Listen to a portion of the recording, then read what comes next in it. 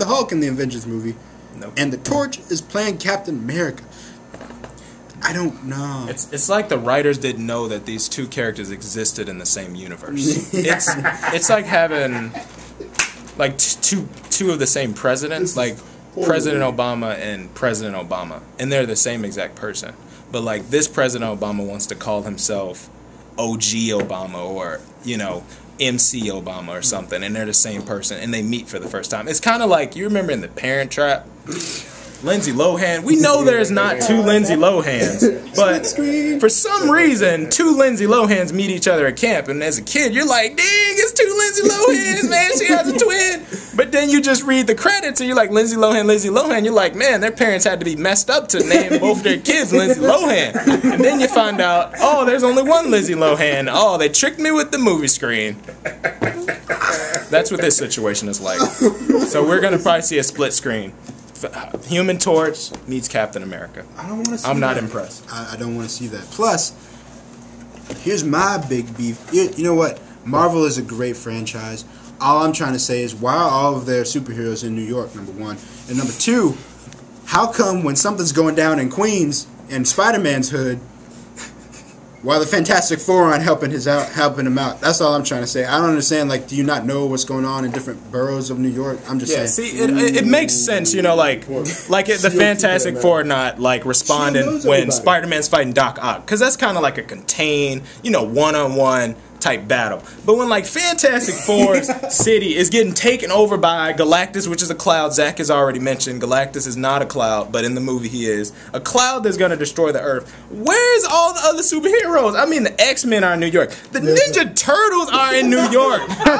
What is going on? I think Asgard is like hovered over New York. Like, what is with this place? It's a big city, but it's not the only city. Other cities got crime. What about Chicago? Where's our heroes at? Where they at? Where they at, man? Chicago, DC took Chicago and made it Gotham. That's about it. Wait a minute, Luke Cage. Luke Cage is in Chicago.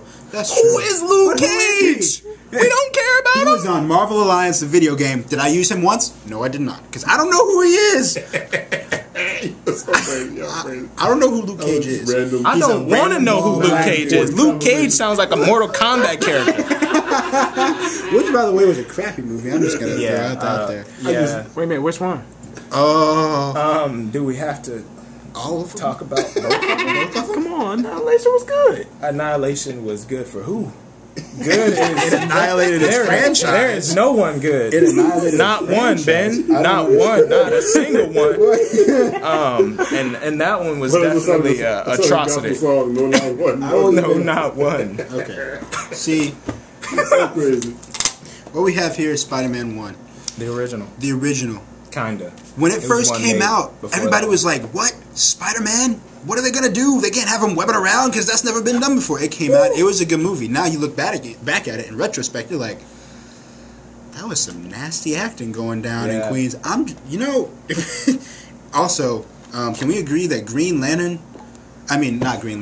Goblin was weird. I've never seen Green Goblin like that before. Wade, maybe you... I don't understand I why. have to definitely agree with Zach. Green Goblin was very weird. Watching that movie, it's one of those things you have to, like, when you watch it, you got to watch it in the context. Because in your mind, when you've seen movies, you say, man, that movie's good, like The Goonies or something. Then you, like, watch it, then you're like, man, what's wrong with this movie? But you gotta remember where it's created, and in the context of where it's created, it's a really good movie. It's funny, and I totally agree. Spider-Man 1 opened the door for so many different superhero movies to really explode and take off. But Green Goblin was very weird. But what I did appreciate about the Green Goblin was that he probably gave Spider-Man the best butt whooping that we're probably gonna see in a Spider-Man movie. True. Speaking of Spider-Man, what do you think of the new reboot that's supposed to be happening? They're going back to his high school days. I don't understand how you have a full franchise of 3 movies and then you're going to say we reboot it. This isn't Superman or the Hulk. You can't just scrap 3 movies. This is in the same decade. Like, they're not waiting 20, 30 years for, like, us to die or whatever, or get very old and, like, oh, they're, remaking it. No, we just saw part 3, like, what, 3 or 4 years ago, and now you're gonna start it over. Like, what happened to the other 3? We just act like they don't happen. Well, I mean, I can't pretend like that. I mean, I can pretend like that one Batman movie didn't happen, but that's because I have a really cool mind that's subjective and can do that. I don't understand. Okay, see, we could go all day about all of that stuff. For instance, Superman Returns. Yeah. When you talk about Superman Returns, you have to mention another movie that came out around the same time, and it's kind of the reason that both movies failed. X-Men 3.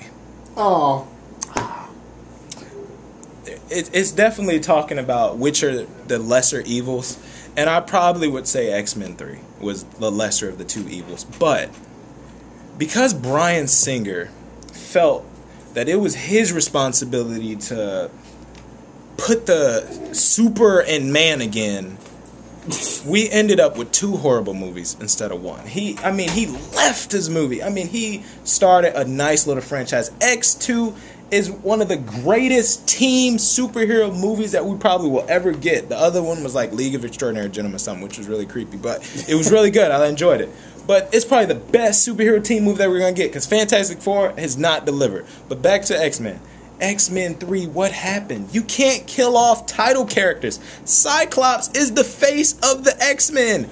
What? The face. Really? Like, Wolverine is the brute force. Right. I will give you that. But Wolverine leaves too much to even be a part of the X-Men. Cyclops is the face. He's the team leader. He's supposed to keep his cool. But no, he's walking around not shaving. I mean, 5 o'clock shadow right here, talking about Jean this, Jean that. Jean is over there in the water, playing, stirring up stuff, having little whirlpools as the Phoenix and long hair and stuff. Just ridiculous. And then, I mean, why did they think that taking the powers away from cool villains would be a cool ending to the movie?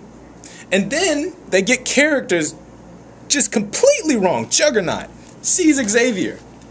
Juggernaut is Xavier's half-brother. He hates him to death, but he acts like he doesn't even know him. Hey, how you doing, dude, in a wheelchair? Let me open the gate for you. Go in and talk to the little Jean, because she's going crazy right now. Oh, I'm going to fight Wolverine, even though I have no reason to do that. Oh, and when we go in to fight and get that little kid, I'm chasing Shadowcat. I don't know why my powers went off, because I'm not a mutant. I get my power from the Gem of Cyttorak. I don't know why I just ran into this wall and didn't break it. Horrible. And there's scenes, I mean, there's action scenes in that movie that I love. Don't get me wrong. When Juggernaut grabs Wolverine, he throws him in a seal, and the dude falls out another seal. And I'm like, dang, Wolverine is heavy, man, to fall out of another ceiling like that. Man, whose house is this that they tearing up? I love some of these scenes, but then they introduce enemies that you've never seen before. This girl running around real fast. I'm like, man, is that Quicksilver? But she's like a black girl. Quicksilver is a white boy. Magneto's son. Why did they feel they needed to introduce another super speed person and not Quicksilver? What was with that? Hey, man, we didn't get no Scarlet Witch, and then we didn't get no Gambit. I mean, we petitioned for Gambit, and we got nothing. We got a dude who got spikes coming out of his face every time he smiles. What was that about? What was that about? And Phoenix died. Wade, we did get Quicksilver and Gambit in Wolverine, but in Wolverine X-Men Origins. Now here's my problem with that movie. Why does Wolverine need an Origins movie when the first 3 movies were really his movie? Number 1, number 2. Zach is not lying. I'm just gonna go ahead and say this, that I was excited to see Gambit. Tell me why Fox only gave him 12 seconds in the entire film. I just want to know that. And 12 seconds. And then they're going to tell me that, well, yeah, Quicksilver's in it. All he's doing is strapped into a cage doing this thing. And I don't know if that's Quicksilver. That could be Berserker for all I know. That could just be some crazy dude just I thought running. that may have been Quicksilver. I wasn't really sure if that was Quicksilver. It was I was uncertain. That was weird. And I don't know why they gave Cyclops more time. Who was the guy? Who was the brother with the cowboy hat in the third movie? Will I Am from the Black Eyed Peas. Who was he playing? What was his name? I don't even know who he was. I know.